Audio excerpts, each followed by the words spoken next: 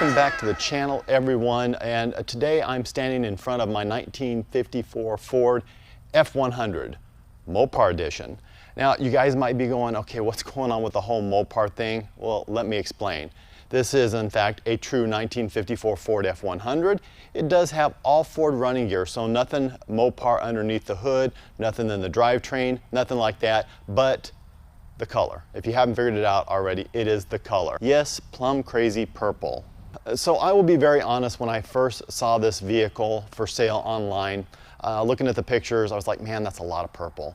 But then I contacted the seller and we started talking, and I mentioned something about the color, and he's like, yeah, it's a Mopar color, plum crazy. And that just drew me in. I don't know, there's something about those Mopar colors. I like sublime green, I like plum crazy. They're just awesome colors. And so that made the truck more appealing. And of course the fact that the truck was only like half an hour from me, that made it even more appealing. So let me give you the backstory as we do a little walk around and take a look at the truck. The seller of this truck, it actually belonged to his uncle, and I'm not sure if his uncle was actually the original owner of the truck or he just had it for a lot of years, but his uncle used it as basically a ranch truck. And he drove it around a very small town. It's about 45 minutes from here. And he just drove it around. He drove it around, used it to haul hay, whatever. It was just a truck, and I saw pictures of it before, and it was just a ranch truck. But his uncle did upgrade the drivetrain. He put a 429 Ford motor in it, along with a C6 transmission. Well, the drivetrain, I believe he said, is out of like a mid to later 60s Lincoln. I would guess roughly horsepower in this thing is somewhere in the low to maybe mid 300 range, and it's healthy. It moves nicely. It's got a nice sound to it, but it's got very small exhaust, so it's not loud. It's very mellow. It's not built or anything like that. I think the transmission's built up a little bit. Feels like it's got a little bit of a shift kit to it, but the truck runs good. Now it is an open differential, so it only spins one tire, so you know it's not saying a lot, but it spins that tire very easily. Of course, they're very skinny little tires, so again, that's not saying a lot. The truck rides and drives really, really nicely. I am very, very impressed. And quite honestly, when I went to look at this truck, it had been sitting for a long time. So again, the backstory, as I told you guys, is it belonged to the seller's uncle. So when the uncle passed away, the seller got a hold of the truck. And so the seller decided that he was going to go ahead and fix it up. So he did the paint, he did the interior, did electrical work on it, that type of thing, brakes, really went through and made it what you see today, basically. And then he didn't drive it. And it sat for several years until he finally decided, I'm not driving it, I'm not doing this truck any service at all, so I'm going to go ahead and sell it. So when I got it, like I said, the truck hadn't been running for a while, and it did not run well. It was on non-op. I couldn't even drive it on the street. I had to drive it across the parking lot, and it would just fall flat on its face. It wasn't running well at all. It seemed like the basics were there, and I took Eddie with me, so Eddie said, you know, we can get this fixed. We can work with this. So I went on ahead and bought it. I feel like I got a good deal on the truck, brought it home, and since then, Eddie's tuned it up, changed the fluids, put a new carburetor on it. Breaker lights weren't working. He got those fixed. A few other things weren't working, and it runs great. It runs really, really nice. It starts up good. It runs down the road good. It cruises good. The only thing that's not working on this truck right now is the speedometer. And quite honestly, that's something that I did want to work. I like to have everything working on my vehicles, but I decided, okay, do I really want to spend the money to put a new instrument cluster in there or an aftermarket in there and spend, you know, another several hundred to $1,000, who knows how much it could be. And I thought, no. So I just set up a little holder for my phone, and I'm going to use the GPS app on my phone, and that'll be just fine. Other than that, all the gauges work. Everything seems to be working well. I'm not too sure about the fuel gauge. I don't know that I completely trust it. But I'll figure that out as I go along. But yeah, other than that, it's a good running, good driving, solid, not a lot of rattles, if any. It's just a really solid, honest truck. So going under the hood, you can see kind of the stuff that's been replaced. It's nice and shiny. The rest of the truck, it needs a little love under here. But there is that big 429 V8. My plan is to take this thing over to Cars Etc. and see if my buddies Rigo and Fidel can maybe throw a little paint on the motor and then the firewall and just kind of clean it all up a little bit, make it look a little bit nicer. But you can see it's got power steering. It does have power brakes. That's about all the amenities. It does have an aluminum radiator, and as you can see, it's got the Edelbrock carburetor that we stuck on there, new ignition, everything like that. So yeah, the truck's running good. Okay. In the bed, you can see he's got the oak strips with the chrome slats, and it looks nice. It looks very clean, very sanitary. Go inside here and take a look. Of course, the plum crazy purple goes all the way through the inside of the vehicle. And I don't know if you can see or not, but it's probably a little too dark. It doesn't look like it's showing up on camera, but those are TMI seats, carpet. It does have a headliner visors, but it's so dark in here you really can't see it. I'm getting a little bit of grief about the shifter, about the tall shifter. I kind of think it's cool. I always wanted a vehicle with a tall, low car shifter like that. Some people don't like it, but I kind of do. It has the tilt column. Not really crazy about that steering wheel. I don't know that I'll replace it. It is a nice wooden steering wheel. It has a good feel to it, just really not the look that I would be going for normally. Now, paint-wise, the guy that painted my 65 C10, he's the one that did the paint job on this. He's local, and he does nice work. He doesn't do show quality work. He does nice work for a reasonable price, and this is no exception. It looks good, but it's not perfect by any means. Okay, so what I'm gonna do now is I'm gonna strap on the POV camera, take you guys for a little spin in this truck, just run around the block, maybe down the road a little bit, and show you what it's like. Like I said, very nice driving truck. I think you guys are gonna like it, and then we'll come back here and wrap up the video.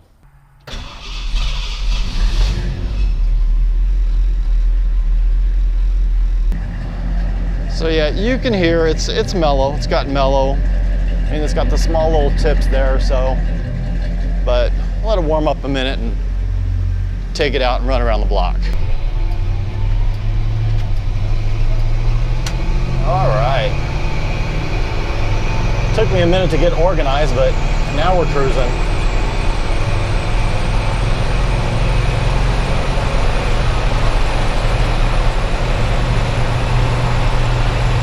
It's a little low geared. I'm gonna assume probably about 373. So, yeah, 55 or 60, it's tacking pretty good, even with that big block. But it holds the road very nicely. I mean, I think brakes could use a little bit more pedal. I know that was something that the seller told me. He said he felt like the brakes needed some adjustment. I do not believe the fuel gauge. I don't know if you can see it right now, but the fuel gauge is still saying full. And I filled it up, and I've driven it at least 3 or 4 times since, so I'm not really buying it. And you can see it spins that tire pretty easily.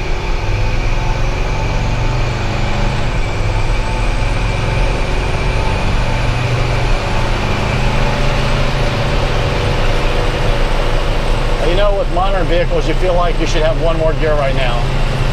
You don't, but you feel like you should.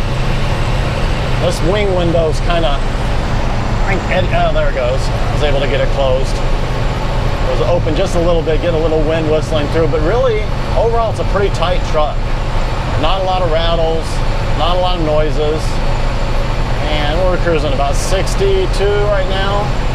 Just humming along just fine.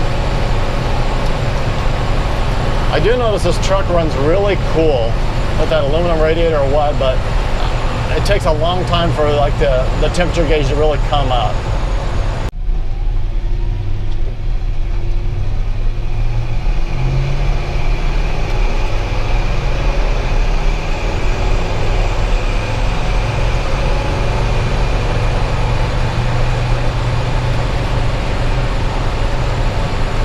You know, honestly, if I drove this truck 10 years ago, I would be like, wow, this thing's got a lot of power, a lot of get up and go. But I've driven so many faster cars, and there's still so many out there that are even faster than what I've driven or owned, that your tastes change, and what you think is fast today, you probably won't think is fast in a year or 5 years or what have you. I've talked about that before. But I actually took this truck out to a Cars and Coffee last weekend, and it was a very small Cars and Coffee that I did, so looking forward to taking it to more. But yeah, everybody seemed to like it. So, as I mentioned to you guys, this is a one-legger, so it tends to want to light that tire up pretty easily. It'll chirp the tire pretty easily, so kind of got it.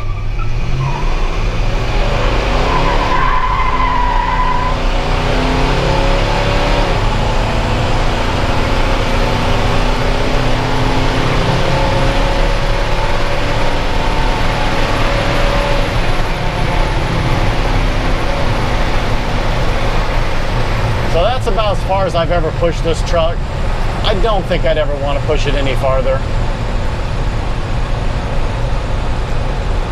That was like 90, and that's fast enough. But it definitely will light that tire up pretty good. Like I said, this is a cruiser. This is just a cruiser. And that's all it's ever going to be. That's all I want it for. So what do you guys think of the new addition? You know, I kind of like it.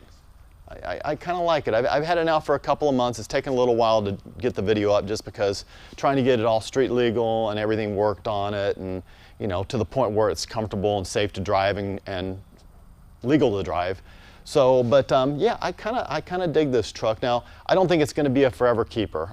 This is definitely one I can see going down the road. I would, you know, if someone came along tomorrow and wanted to give me a good trade for it, I would. But I'm not actively looking to trade it, as I say about a lot of my vehicles, and they end up disappearing.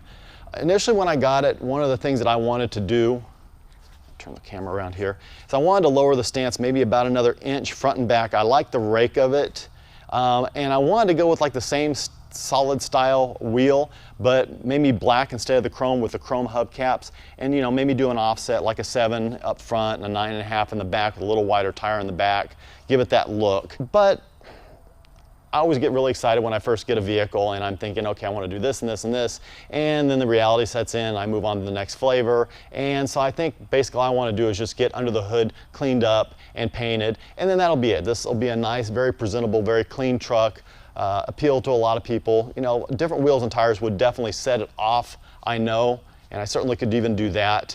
But yeah, I think I'm just going to leave them alone. The tires are basically brand new, the wheels are brand new. Like I said, the guy didn't drive this truck, so it has basically no miles on it since he did all the restoration. I don't know how many miles are on the drivetrain, to be honest, but it runs good, it does what I need it to do, and it'll be fine for me. So, as always, don't forget to like, share, and subscribe. Comments are always welcome. My Instagram and PO box in the description below. As always, God bless, take care. Guys, have an absolutely amazing day.